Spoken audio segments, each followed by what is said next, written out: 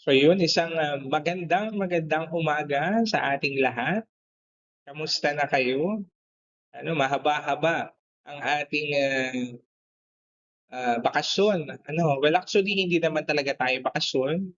So meron kayong asynchronous class ngayong Monday hanggang Wednesday. Ano, and ang walang pasok pa lang talaga ay Thursday and Friday. Yun ang ating pinakang academic break. So, kamusta ka? I hope na ikaw ay nasa maayos na kalagayan at ngayon pa lamang ikaw ay aking pinasasalamatan. Maraming salamat sa paglalaan ng oras para buksan at panoorin itong ating video discussion ngayong araw. Ano, kung tayo nga ay nasa third quarter na, ikatlong markahan, tayo ay tapos na sa second quarter. At ako ay actually nagko-compute na ako today ng inyong mga grades at malalaman niyo 'yun pagdating ng ating honors assembly, ano, sa card showing natin. So ayun, tayo ay magsimula na sa ating talakayan ngayong araw at bago tayo magsimula or bilang pasimula ng ating talakayan ay meron akong inihanda ditong isang maikling video na ating papanoorin at itong video na ito ay may kinalaman sa ating panibagong paksa na ating tatalakayin. So, panoorin nating mabuti at pwede mong ilista sa iyong notebook or sa kahit anong scratch paper ang iyong mga obserbasyon kung saan patungkol ang ating pinanood na ito. Narito ang short video. Panoorin natin.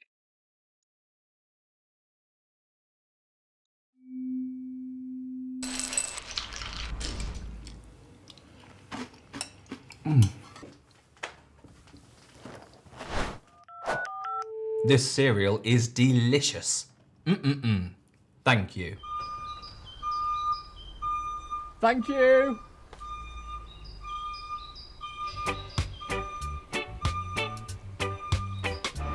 Well, good morning, folks. The 8:15 has been delayed. The 8:15 has been cancelled. Replacement bus services are available. Thank you, guys. Thank you.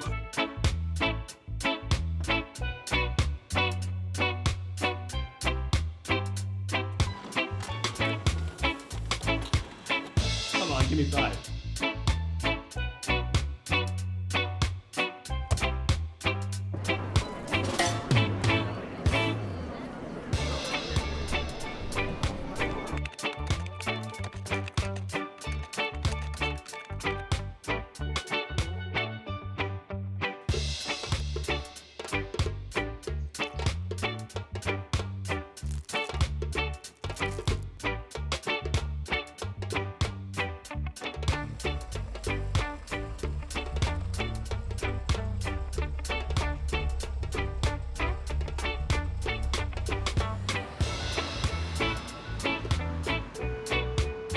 Amazing.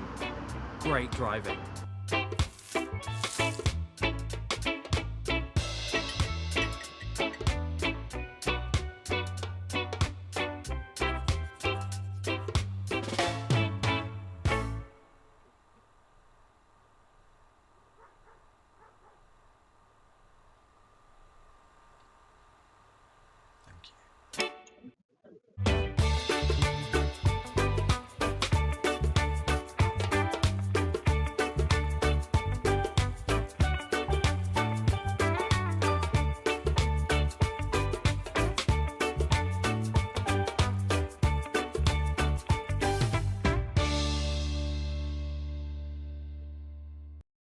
So, ayun, ang ating napanood na video. So, based dun sa ating napanood na short film, sa tingin mo, ano kaya ang ating magiging talakayan or panibagong topic sa pasimula ng ating third quarter?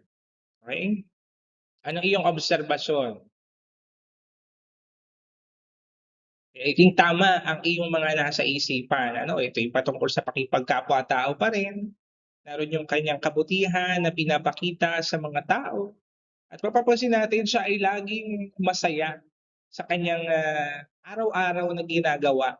Kung saan siya mapunta, very positive yung kanyang attitude. At mapapansin din natin dun sa video na sa lahat ng slides or sa lahat ng act doon sa video ay mayroong words na thank you. Tama, napansin niyo ba yun na every time merong lumalabas na salitang thank you or sinasabi nung lalaki. Okay? Si Mr. Thank you, siya ay laging thankful sa lahat ng mga bagay na kanyang nararanasan. Actually, kung mapapansin natin ay puro magaganda yung kanya mga nai-experience. So yung ating bagong talakayan ay may kinalaman sa pagpapasalamat. Ito talaga yung ating focus ng ating aralin about pagpapasalamat. So ito, tayo nasa aralin 17 na. Ang title natin ay Pasasalamat sa ginawang kabutihan ng kapwa. So ito ay first part pa lamang at ang pag-uusapan natin ay ang salitang pasasalamat or ang act ng pagiging mapagpasalamat. So sa short video, makikita natin or mapapansin mo na laging nagpapasalamat. Okay? Napaka-thankful ni Mr. Thankful. Yung pangalan niya, Yun na yung tawag sa kanya kasi siya ay laging nagpapasalamat. So dapat sa buhay natin, hindi lang tayo nagpapasalamat dun sa mga magagandang bagay na nangyayari sa atin. Okay? Dapat kasi yung mga bad happening sa buhay natin ay pinagpapasalamat natin. At mamaya, mas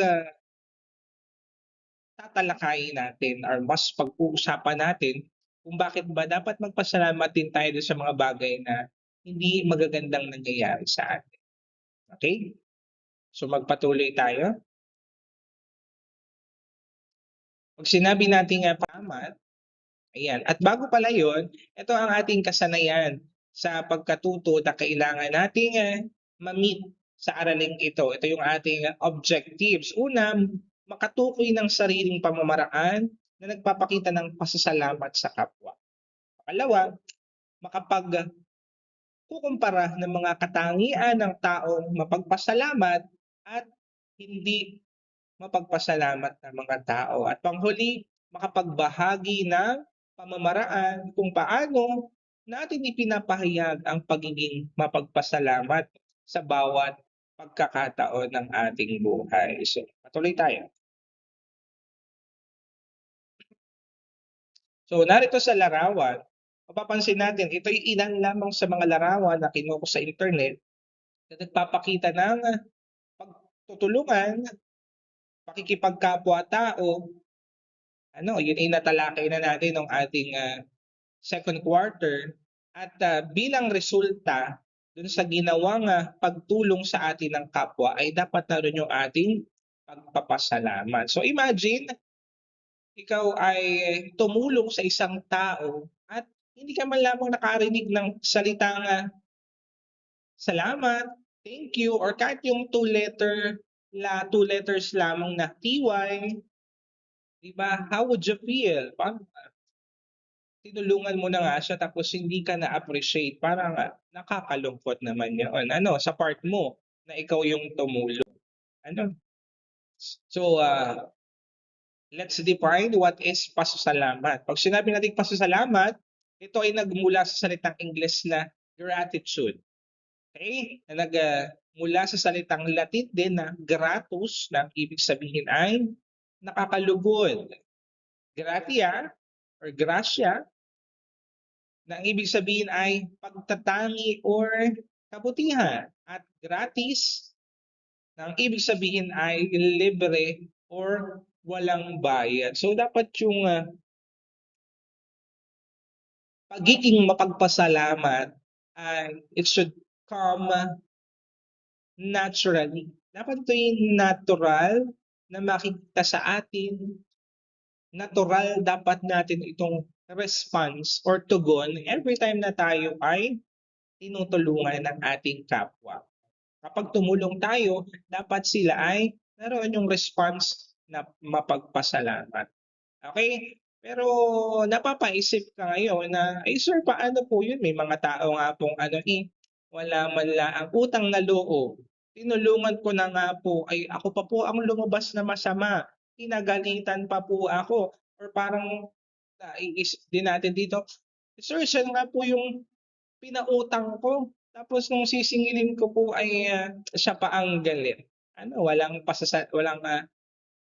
pasasalamat, hindi mapagpasalamat at walang utang na loob. So yung utang na loob yun ay tatalakay natin sa mga susunod na talakayan kasi magkaugnay ang mga yan eh.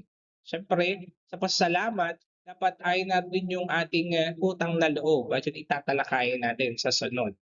Okay? So pasasalamat. So dapat tayo ilaging thankful sa ating pang-araw-araw na buhay. Kaya nga kanina sa pasimula pa lamang ay pinasalamatan ko na kayo na you have your time para mapanood or buksan, i-visit ang ating video lesson na ito. Kaya maraming salamat at may magandang resulta na mangyayari sa inyo sa ginawa niyong pakikinig ng discussion na ito. Eh, actually, usapan na to eh. Itong talakayan na to. Pag sinabi nating pasasalamat din, ito ay gawi ng isang taong mapagpasalamat. Kung ikaw ay taong mapagpasalamat, lagi kang nagpapasalamat. Ito ay isa mong gawi or ito ay natural na sa iyo or habit mo na ang pagsasabi ng thank you. Thank you po, marami pong salamat.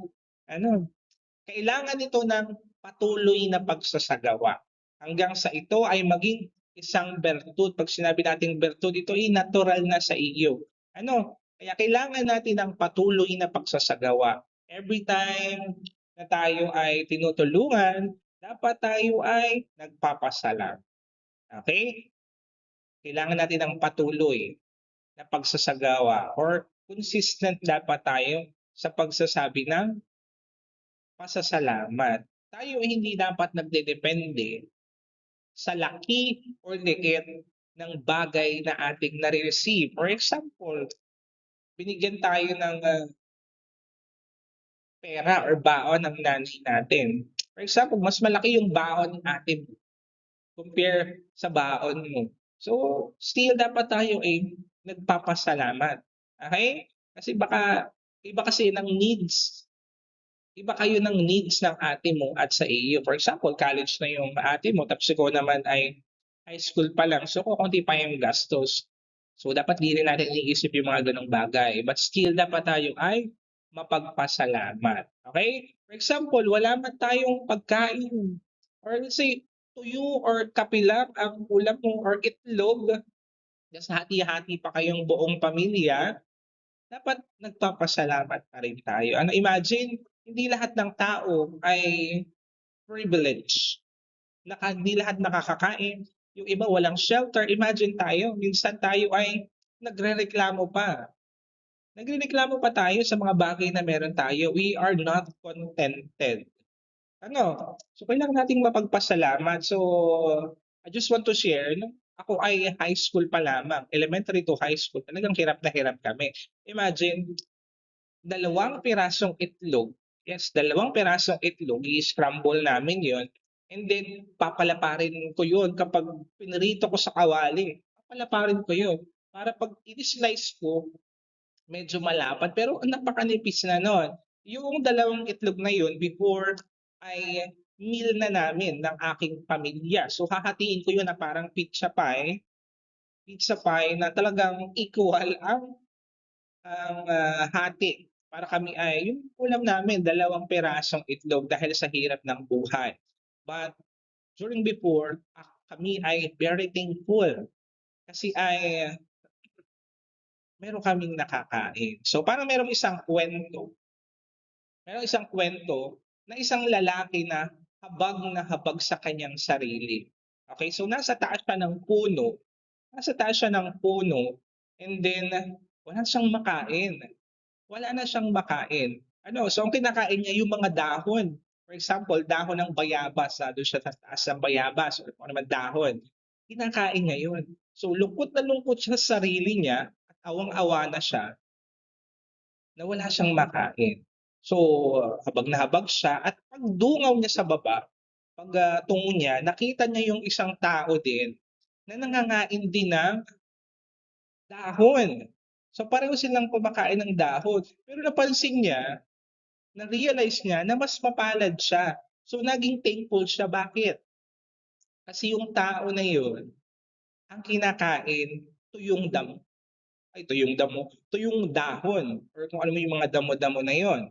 So, nung time na yun, na-realize ng lalaki na nasa taas ng puno, thankful pa pala ako or mapalad pa pala ako kasi yung aking kinakain ay sariwa, fresh compared dun sa mga tao na nasa baba na tuyong dahon at wala ng nutrients na makukuha. So, di ba? So, sa simple situation na yun, dapat tayong maging thankful, mapagpasalamat. Okay? So, di talaga natin may iwasan na dumaan tayo sa mga problema, pero kailangan pa rin nating maging mapagpasalamat sa mga pagkakataong iyon. Kasi doon tayo lumalakas, doon tayo natututo sa mga struggles na yun. Kailangan nating ipagpasalamat. Alam nyo ngayon, pinagpapasalamat ko na na-experience ko yung hirap ng pamilya namin dati. Bakit? Siguro kung ako ay maluho dati, kung mayaman or mapera kami dati, baka hindi ako ganito mapagpahalaga sa pera or sa mga bagay na meron.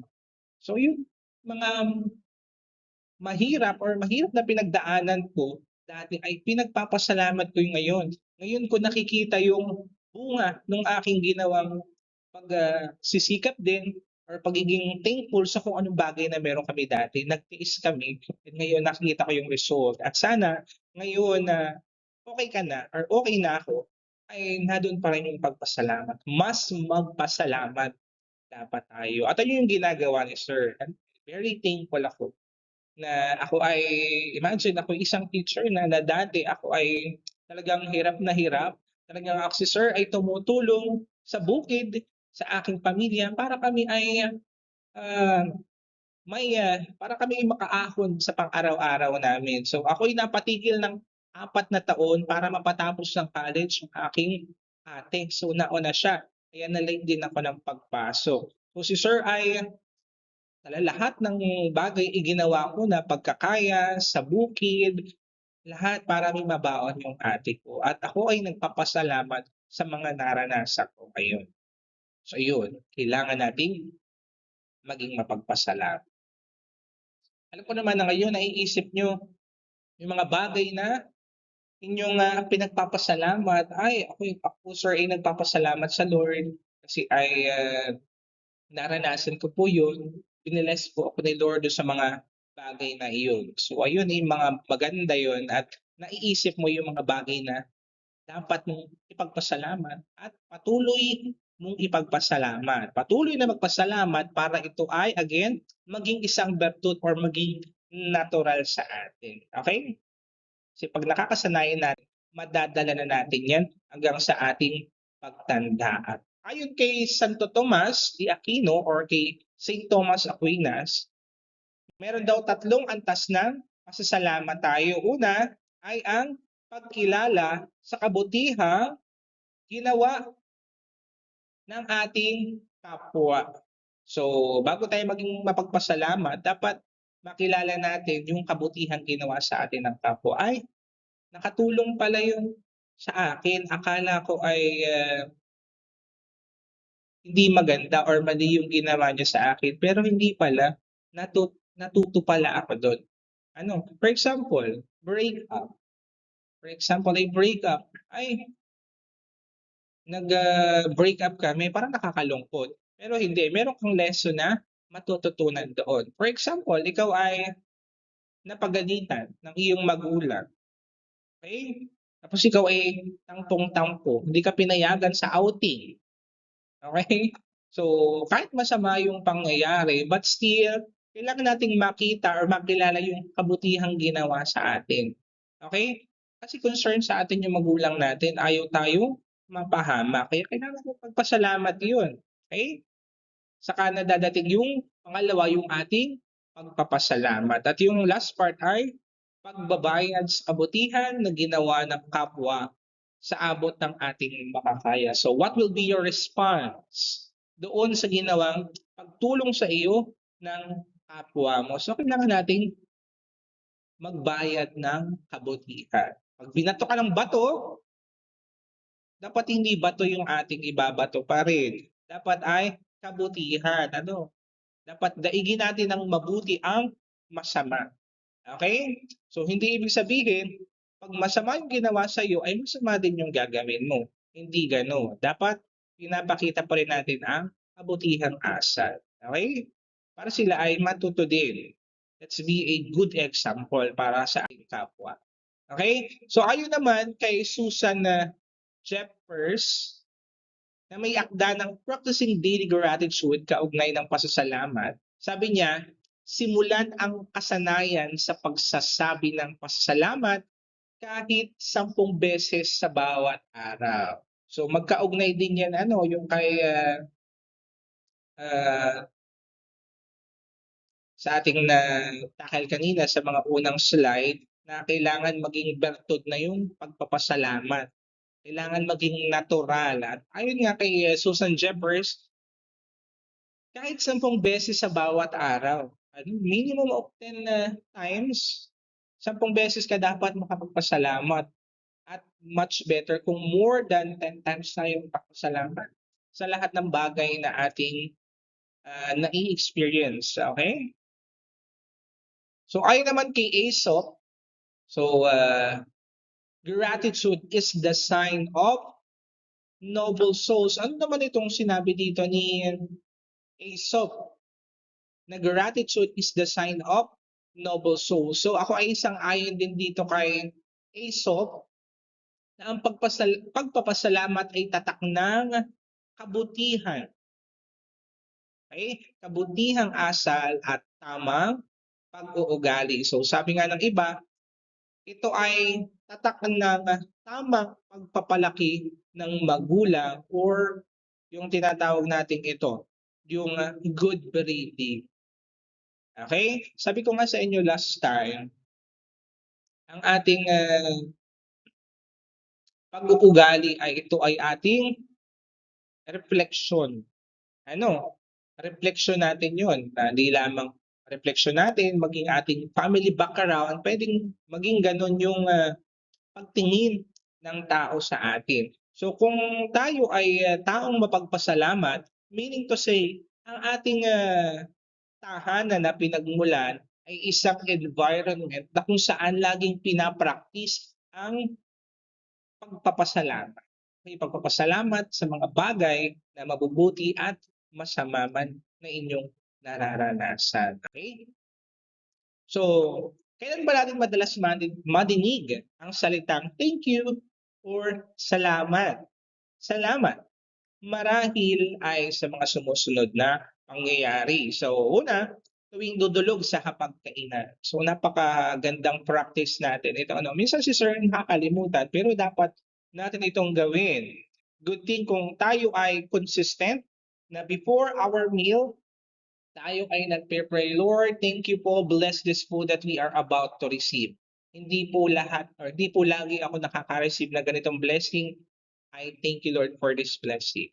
And we pray also, dapat to sa pagpapasalamat natin, we pray for other people din na walang blessing. At kung marami naman yun, try to share. Okay? Pangalawa, bago matulog or pagkagising sa umaga, kanina sa video, bago matulog yung lalaki, si Mr. Thankful, di ba nakaganon lang siya? And then, nagmumuni-muni siya. Okay? At pabulong niya sabi niya, pabulong niya, di lang marinig. Pero nagsabi siya ng thank you. Pinagpapasalamat niya ang buong maghapon. So dapat ganun tayo. Salamat natin ang buong maghapon na nangyari sa atin. Okay? Lalo na may magandang nangyari at lalo na nakasurvive tayo, for example, sa mga activities niya sa school. Thank you, Lord.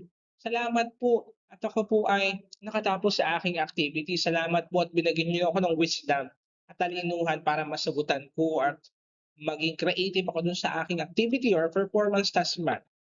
Pangatlo, sa bawat oras ng pagninilay-nilay or pagpapahinga. So, minsan, madalas nating makita yan. Every time na tayo ay nakatigil. Ano? So, tayo ay nagpapasalamat. So, sir, every time na ako'y nakahiga sa duyan, ayan, ako'y nakahiga sa duyan, ako ay nagmumuni-muni and salamat sa Lord kasi namumuni-muni ko yung magaganda at yung mga masasamang bagay na ginawa ko nito mga nakalipas na oras ay, Lord, salamat po na accomplish ko pala yun or ako pala ay nakatapos maglaba, salamat po at ako po ay tinamaan ng kasipagan or ikaw naman bilang estudyante, Lord, salamat po at natapos ko po yung activity. Hindi po ako nadala ng ML, hindi po ako natukso na mag-ML muna or kung ano mang mobile ah, gadgets. Okay? Pang-apat, tuwing mayroong biyayang matatanggap, anumang uri, material or hindi, o kaya naman ay tuwing may magagandang nangyayari. So dito, usually natin naririnig ang salitang salamat po, thank you po, kapag tayo ay may blessing na natatanggap. Aba, sino ba naman ang hindi matutuwa? Sino ba naman ang hindi magiging thankful kung ikaw ay i-bless ni Lord ng bonggang-bongga? Okay? Nakakalungkot lang na minsan there are people na hindi talaga marunong magpasalamat. Ano, walang utang na loob na tinatawag natin. Ano? So, I am encouraging you, my dear sis-tishan, my grade 8 Amber in Aquamarine, na tayo ay laging magpasalamat. Okay, kapag tayo ay may blessing na natatanggap kasi hindi sa lahat ng pagkakataon ay ibe-bless tayo or pare-pareho yung blessing na nare-receive natin. Minsan kasi based sa Bible, the principle of Bible, ang blessing ay depending sa iyong mga actions na ginagawa. Depende sa iyong faith. Okay? Ganun yun eh. Halimbawa, for example, kapag re-receive tayo ng blessing, okay, pag sinabi nating faith, merong tao na nagdala ng baso kasi sasahod siya ng blessing. So, yun yung matatanggap niyang blessing. Isang baso lang. Tapos may nagdala naman, isang malaking drum. So, isang drum yung kanya marireceive na blessing. Yun naman ay inad ko lang pagdating sa salitang faith or pananampalataya. So, going back dun sa mga biyaya nating natatanggap, tayo ay maging consistent na mapagpasalamat. Any kind of blessing, kailangan natin itong ipagpasalamat. Nakuha niyo ba yon? Ikaw ba ay laging nagpapasalamat? Ngayong araw, nakapagpasalamat ka na ba? Sa Lord, sa Panginoon, sa magulang mo, sa kapwa-tao, sa sarili mo. Magandang huwag natin kalimutan na salamat self. Salamat self kasi hindi mo ako pinapabayaan, lagi ka nandiyan. 'Di ba pinag-usapan natin last time yung types of communication, 'di ba? We have the interpersonal. Walang masamang kausapin mo ang sarili mo. Hindi ka baliw pag kinausap mo ang sarili mo. It simply shows na meron kang maayos na komunikasyon sa sarili mo. Okay? Kilalang-kilala mo yung sarili mo. Kaya mong i-comfort ang iyong sarili by simple tapping, yung butterfly tap, yung tinatawag nating butterfly tap ang tawag dito. So maganda yan. Self-love, self-tap. Panglima, may nagbigay ng tulong sa iyo o kaya ay ikaw ang nagbigay ng tulong. So yun, sabi ko kanina, every time na tinulungan ka or nagbigay ka ng tulong, dapat ang response lagi ay salamat. So yun yung mga pagkakataon na madalas nating marinig ang salitang, "Thank you po, salamat po." Ayun. So alam ko naman na meron ka pang iba sa ibang pagkakataon sa isipan mo na nare-recall na, ay ito yung mga times na ako ay nagpapasalamat. Okay? Ay ako po sir ay nagpapasalamat tuwing umaga po pagbibigyan po ako ng baon. Mabuti kung ikaw ay nagpapasalamat lagi. But aminin man natin sa hindi, karamihan sa mga bata or mga estudyante natin ay napakadalang magpasalamat lalo na yung pagbibigay ng baon. Actually, "Ma, Pa, baon ko." Sabi lang, "Thank you." So dapat ay ma-feel ng ating parents or kung sino man nagpapabaon sa atin, sa inyo, na sila ay naa-appreciate ninyo. Hindi naman nakakabawas ng pagkatao na ikaw ay magpasalamat bagkus ito ay nakakataas ng iyong pagkatao. Okay? Nakakataas ito ng iyong moralidad. Lagi nating isa sa isip. Malinaw ba yun? So, dapat tayo lagi Understood? Uy, tapos na agad tayo. So, bago tayo reflection, meron tayong ilang paalaala dito. Oh, naka-print ako dito eh. So lagi nating tatandaan na ang pagiging mapagpasalamat ay tanda ng isang taong puno ng biyaya. Kung ikaw ay lagi nagpapasalamat, meaning to say, ikaw ay taong binibless lagi. So, ang sarap sa feeling kung ikaw ay mapagpasalamat at ang ibig sabihin lamang noon ay ikaw ay taong laging binibless ni Lord ang iyong buhay. Okay? Isang pusong marunong magpahalaga sa magagandang biyayang natatanggap mula sa kapwa. So, dahil pinapahalagahan din natin yung magagandang blessing na tatanggap natin. So, gaya sa mga kaibigan, dapat pinapahalagahan natin na meron tayong mga tao na nakikilala. So, that's not an accident na binigay sa iyo ni Lord para makilala mo yung mga tao na yun, yung mabubuting tao na yun. Hindi siya accident. That is a blessing in disguise para ikaw ay mas mabold morally, yung iyong interpersonal, ay namali pala ako kanina, yung ating personal na communication ay intrapersonal. Yung inter nga pala ay yung ating communication sa ibang tao. So ayun, ano pa? Isang mahalagang bahagi ng pasasalamat ay ang pagpapakumbaba. Okay? Dahil kinikilala mo na hindi lahat ng magagandang nangyayari sa buhay mo ay dahil lamang sa sarili mong kakayahan or pagsisikap. Okay? So lagi natin tatandaan, sabi ko nung nakaraang natalakayan, no man is an island. Walang tao na kayang mag-isa sa mundo. Kinakailangan natin ng ating kapwa-tao. Okay? Kasi yung kapwa-tao na yun, bukod sa sila yung ating makakausap at makakasama, sila usually, or most of the time, sila yung ating nakakasama. Pagdating sa mga times na tayo ay may problema, sila yung ating nakakaramay, sila yung ating nilalapitan. Di ba? Alam ko may mga kilala kayo or mga tao na nilalapitan nyo, hinihinga nyo ng tulong or tumutulong ng kusa sa inyo kapag nakikita na ikaw ay may problema. For example, financial man, emotional man, nandiyan yung mga kaibigan mo, ang iyong pamilya to tap your back para ikaw ay i-cheer up. So, wag natin kakalimutan ang pagpapakumbaba. Okay? Pagpapakumbaba dahil kapag tayo ay laging mapagmataas, meaning to say, hindi natin magagawang pasalamatan yung mga bagay na ginagawa sa atin ng ibang tao. Lalo na yung mga maliliit na pagtulong nila sa atin or pagpapahalagang pinapakita sa atin. Okay? So minsan kasi nakikita lang natin yung malalaking picture ng blessing. Minsan hindi natin na-appreciate yung mga kaibigan natin na lagi tayong sinasamahan. But dapat yun ay laging ating pinapahalagahan din.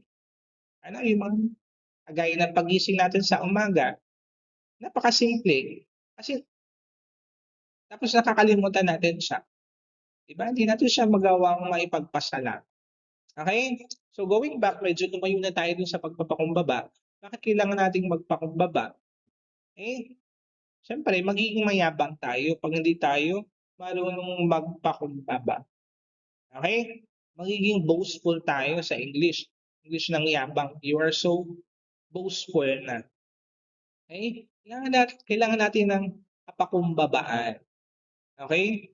Imagine kung ikaw ay mapagmataas, less yung blessing na dadating sa'yo. Kasi yung kita sa'yo ng tao ay mayabang. Parang hindi mo na kailangan ng tulong ng ibang tao. Okay? So kung ikaw ay humble, di ba? Kung ikaw ay may humbleness, may pusong mapagpakumbaba, you are willing to help palagi, and you are always thankful. Okay? So ito, panghuli. Mahalaga na marunong ka magpakumbaba at kilalanin mo na sa tulong ng ibang tao ikaw ay naging matagumpay. Upang magkaroon ng inspirasyon ay ito pala ay activity na, pero hindi ko na ito sinama. Kasi ang ating activity ay ito muna, yung ating reflection. So ito ay gagawin sa isang buong papel, one whole sheet of pad paper, at ang ating katanungan ay paano mo ipinapahayag or pinapakita ang pagiging mapagpasalamat mo sa bawat pagkakataon. Okay? So yun na. Paano mo siya pinapahayag or pinapakita ang pagiging mapagpasalamat sa lahat ng pagkakataon. Okay? So, maximum of 10 sentences ay okay na, and you will receive 20 points para sa reflection na ito. Okay? So kung meron pa kayong ilang katanungan sa ating naging talakayan, you can use our our group chat kung meron kayong katanungan doon. Mag-ingay tayong lahat sa GC para magising yung mga kaklase natin doon lahat. Okay? Kung may mga tanong, doon tayo sa GC mag-uusap. Ang kagandahan ng video lesson na ito, pwede nyo siyang balik-balikan yung ating video para mas maunawaan natin kung ano ba yung ating diniscuss ngayong umaga. Again, ang diniscuss natin ngayong umaga ay patungkol sa pagpapasalamat. At of course, yung pagpapasalamat ay response natin kapag tayo ay naka-receive ng blessing or kapag may tumutulong sa atin, yun yung ating dapat maging response. So, okay, malinaw ba tayo doon? Okay, so dito na nagtatapos ang ating talakayan ngayong araw na ito. So mahaba-haba ang ating bakasyon. Please maximize the time na meron tayo. So yung activity ko naman ay pwedeng the other day kung kailan kayo free time. Pero what if wala kayong free time? So dapat ay meron talaga tayong inalaan ng oras para makapagawa ng activities. Okay? Hindi lamang sa subject ko, maging sa lahat ng mga subject na meron tayo. Okay? Let's be more responsible sa ating mga activities. Okay? So be thankful. Be thankful sa lahat ng pagkakataon. So mamaya, after mong mapanood ang discussion na ito, sana ay may apply mo na agad. Ikaw ay laging nagpapasalamat. Gawin natin isang virtud. Gawin nating natural sa ating buhay, sa buhay mo, na natural ang pagpapasalamat. So, yun lamang sa umagang ito. Mamimiss ko kayo. Okay? So, kita-kita tayo sa ating pagbabalik sa school. Okay? Yun lamang sa umagang ito. Paalam. Maraming salamat. Ako ay nagagalak na iyong binigyan at pinaglaanan ng oras ang ating talakayang ito. Maraming salamat sa iyong pakikinig. Magandang umaga.